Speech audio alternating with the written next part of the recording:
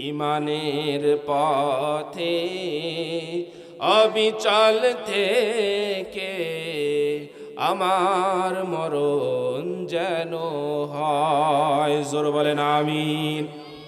আল্লাহ পাক রব্বুল আলামিন বলেছেন যে তোমরা ঈমান এনেছো, ঈমানের পরীক্ষা না দিয়েই তোমরা এমনিতেই জান্নাতে যাবে, এটা হতে পারে না।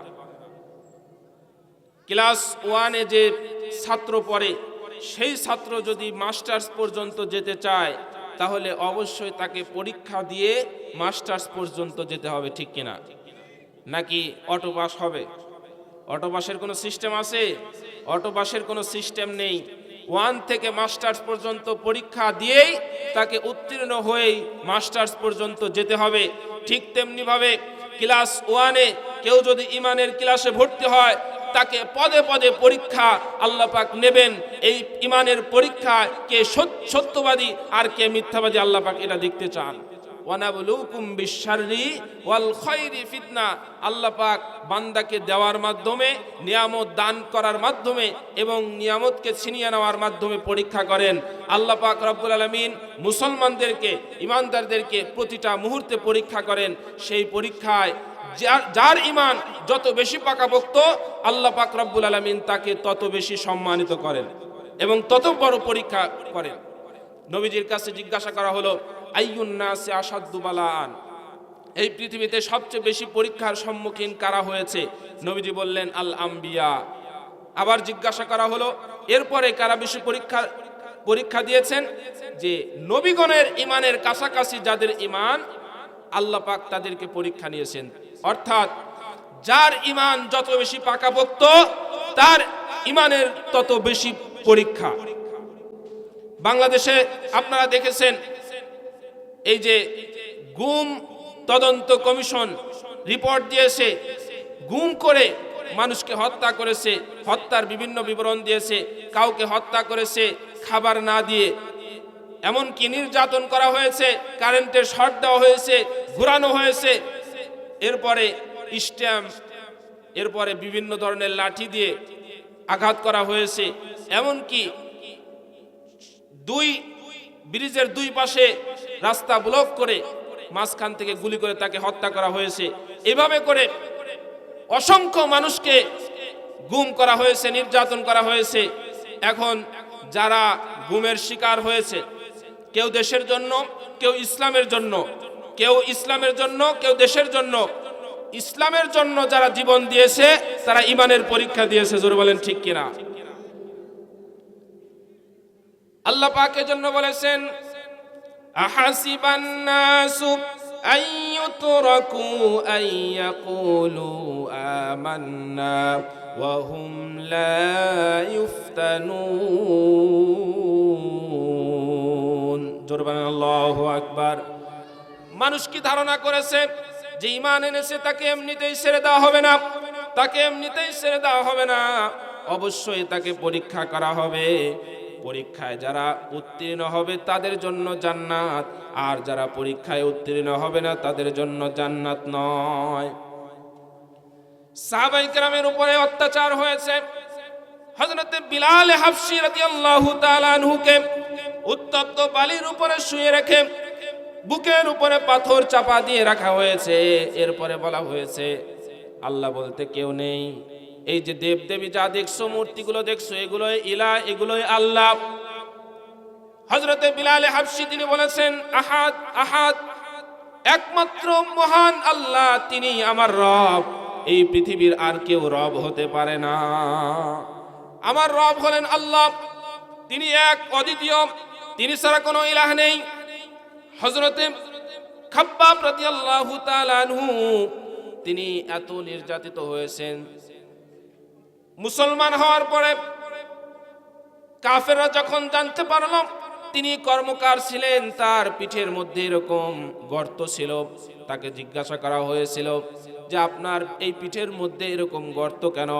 বিলাল হযরতে খাব্বাব রাদিয়াল্লাহু তাআলা আনহু বলেন, ইসলাম গ্রহণ করার কারণে আমাকে জ্বলন্ত অঙ্গারের উপরে শুয়ে রাখা হয়েছিল, যার কারণে আমার পিঠের গোস্তগুলো গলে গলে গলে হাড্ডি পর্যন্ত পৌঁছে গিয়েছিল। জোরে বলেন আল্লাহু আকবার। এইভাবে করে একের পর এক নির্যাতন করা হয়েছে।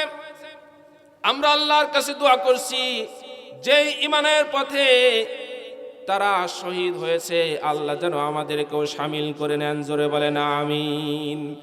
ঈমানের পথে অবিচল থেকে আমার মরণ যেন হয়। জোরে বলেন আমিন। হযরত খুবাইব রাদিয়াল্লাহু তাআলা আনহুকে কাফেররা ধরে নিয়ে গেল, ধরে নিয়ে নির্যাতন শুরু করলো, খাবার দিল না। ওই যেই বাড়িতে বন্দী ছিল ওই বাড়ির একজন নারী পরবর্তীতে ঈমান গ্রহণ করেছিল। তার বক্তব্য, আমি একদিন দেখতে পেলাম খুবাইব একটা আঙ্গুরের ছড়া নিয়ে খাবার খাচ্ছে, সেই আঙ্গুরের ছড়া থেকে আঙ্গুর খাচ্ছে। আমি চিন্তা করলাম এই আঙ্গুর তো আশেপাশে কোনো বাজারে পাওয়া যায় না, এমন আনসিজনাল ফল কোত্থেকে পেল খুবাইব? যারা ঈমান এনেছে, ঈমানের দাবিতে যারা অটল থেকেছে, আল্লাহ বলেছেন যে যারা বলেছে আমাদের রব হলেন আল্লাহ, এরপরে যারা ইস্তিকামাত থেকেছেন, যারা অবিচল থেকেছেন, ইন্নাল্লাযীনা ক্বালু রাব্বুনাল্লাহু সুম্মা ইসতাকামু তাতানাজ্জালু আলাইহিমুল মালাইকা। জোরে বলেন আল্লাহু আকবার। যারা বলে আমাদের রব হলেন আল্লাহ, এরপরে ইস্তিকামাত থাকে, তাদের জন্য আসমান থেকে আল্লাহ পাক ফেরেশতা পাঠিয়ে দেন। আল্লাহ পাক রব্বুল আলামিন খুবাইবের জন্য কিছু আঙ্গুরের ব্যবস্থা করেছিলেন, আঙ্গুরগুলো খাচ্ছিলেন। আর ওই মেয়ে বলেন এই আঙ্গুর আশেপাশে কোথাও পাওয়া যাচ্ছিল না। তার মানে হলো এই আঙ্গুর আল্লাহ প্রদত্ত আঙ্গুর। যারা জেলখানায় গিয়েছে এবং যারা নির্যাতনের শিকার হয়েছে, যারাই নির্যাতনের শিকার হয়েছে, তারা মূলত কারাগারে থেকেও আল্লাহ প্রদত্ত রিজিক প্রাপ্ত হয়েছে। যারা বলেন সুবহানাল্লাহ। মেয়েটি বলে অবশ্যই এই রিজিক আল্লাহ প্রদত্ত রিজিক। এরকম একটি ঘটনা কুরআনুল কারীমের মধ্যে সূরা আল ইমরানের মধ্যে এসেছে। হযরতে মারইয়ামের ঘরের মধ্যে জাকারিয়া আলাইহিস সালাম প্রবেশ করলেন। প্রবেশ করে দেখলেন তার ঘরের মধ্যে কিছু আনসিজনাল ফল। ইয়া মারইয়ামু আন্না লাকি হাযা, ও মারইয়াম এই ফলগুলো তুমি কোত্থেকে পেয়েছো? মারইয়াম বলেন ক্বালাত হুয়া মিন ইনদিল্লাহ, আমার এই ফল আল্লাহ দিয়েছেন, এইগুলো আল্লাহর পক্ষ থেকে এসেছে। ইন্নাল্লাহা ইয়ারযুকু মান ইয়াশাউ বিগাইরি হিসাব।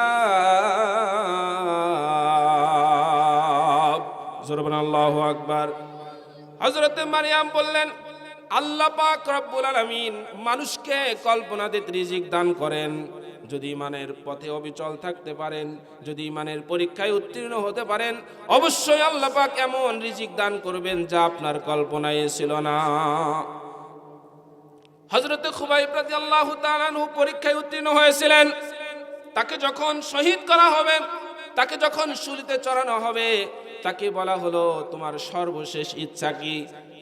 হযরতে খুবাইব রাদিয়াল্লাহু তাআলা আনহু বললেন আমার সর্বশেষ ইচ্ছা হলো আমি 2 রাকাত সালাত আদায় করব। তিনি সালাত আদায় করলেন, দ্রুত নামাজ শেষ করলেন। তাকে জিজ্ঞাসা করা হলো আপনি কেন দ্রুত নামাজ শেষ করলেন? খুবাইব রাদিয়াল্লাহু তাআলা আনহু বললেন আমি দ্রুত সালাত শেষ করলাম এই কারণে মানুষ মনে করবে ভয়ে খুবাইব দীর্ঘক্ষণ নামাজ আদায় করছে, এতটুকু চিন্তা যেন আমার প্রতি মানুষ না করে, মুসলমানদের উপরে যেন এমন খারাপ কুধারণা যেন না করে, এজন্য আমি দ্রুত সালাত আদায় শেষ করলাম। সেখান থেকে শুরু হয়েছে ফাঁসি দেওয়ার আগে যাদেরকে ফাঁসি দেওয়া হবে, ফাঁসি দেওয়ার আগে 2 রাকাত সালাত আদায় করার যেই সিস্টেম, সেই সিস্টেম হযরতে খুবাইব রাদিয়াল্লাহু তাআলা আনহুর থেকে শুরু হয়েছে। সাহাবায়ে কেরামকে যখন একের পর এক নির্যাতন করা হলো, নির্যাতন করতে করতে যখন অসহ্য হয়ে পড়লেন, শুধু সাহাবায়ে কেরাম অসহ্য হয়ে যাননি, শুধু আমরাই অসহ্য হই না। দীর্ঘ 15-16 বছর পর মানুষ বলতো হুজুর আপনাদের দোয়া তো কবুল হয় না, রিমান্ডে নির্যাতন করতো আর আলেমদেরকে বলতো আপনাদের আল্লাহ কোথায়? বলেন নাউজুবিল্লাহ। আল্লাহ পাকের ক্ষমতা চুল পরিমাণ কমেনি। যে আল্লাহ ফিরাউনকে ডুবিয়েছিল, যে আল্লাহ হামানকে ডুবিয়েছিল, যে আল্লাহ নমরুদকে শেষ করেছিল, সেই আল্লাহ লেডি ফিরাউনকেও ক্ষমতাচ্যুত করেছেন। জোরে বলেন ঠিক কিনা? একের পর এক যখন নির্যাতন করা হচ্ছিল, হযরতে খাব্বাব রাদিয়াল্লাহু তাআলা আনহু রাসূলের কাছে এসে বললেন, শাকাউনা ইলা রাসূলিল্লাহি সাল্লাল্লাহু আলাইহি ওয়াসাল্লাম ওয়া হুয়া মুতাওয়াসসিদুন বুরদাতান লাহু ফি জিল্লিল কাবা। নবীজি কাবার পাশেই শুয়েছিলেন, রেস্ট নিচ্ছিলেন। নবীজির কাছে এসে হযরতে খাব্বাব রাদিয়াল্লাহু তাআলা আনহু বললেন, আলা তাদউল্লাহ লানা আলা তাস্তানসিরু লানা, রাসূল আমাদের জন্য কি দোয়া করবেন না? আমাদের জন্য কি আল্লাহর কাছে সাহায্য প্রার্থনা করবেন না? আমাদেরকে তো এক এক করে শহীদ করা হচ্ছে। হযরতে সুমাইয়া রাদিয়াল্লাহু তাআলা আনহার গুপ্তাঙ্গের বর্ষা নিক্ষেপ করে, বর্ষা দিয়ে আঘাত করে তাকে শহীদ করা হয়েছে। আম্মার বিন ইয়াসির রাদিয়াল্লাহু তাআলা আনহুকে নির্যাতন করা হয়েছে। এক এক করে যখন শহীদ করা হচ্ছে, রাসূলের কাছে এসে যখন এই অভিযোগগুলো হযরতে খাব্বাব রাদিয়াল্লাহু তাআলা আনহু করছিলেন, নবীজি বললেন, শোনো, তোমরা শোনো, কানা রাজুলু ফি মান ক্বাবলাকুম, ইতিপূর্বে তোমরাও তো ঈমান এনেছো, ইতিপূর্বেও যারা ঈমান এনেছিল তারাও ঈমান আনার কারণে তাদেরকে শাস্তি দেওয়া হয়েছিল। কেমন শাস্তি তাদেরকে দেওয়া হয়েছিল? কানা রাজুলু ফি মান ক্বাবলাকুম, তাদেরকে নিয়ে এসে বুক পর্যন্ত গর্ত করে তারপরে তাকে চাপা দেওয়া হয়েছে। ফায়ুজাউ বিল মিনশার, করাত আনা হয়েছে। ফায়ুদাউ আলা রাসিহি, মাথার উপরে করাতকে রাখা হয়েছে। ফায়ুশাক্কু বিসনাতাইনি, এরপরে করাত দ্বারা তার মাথাকে দ্বিখণ্ডিত করা হয়েছে। মা ইয়াসুদ্দুহু যালিকা আন দীনি, এরপরও এক দিন থেকে চুল পরিমাণ সরে যায়নি। জোরে বলেন সুবহানাল্লাহ।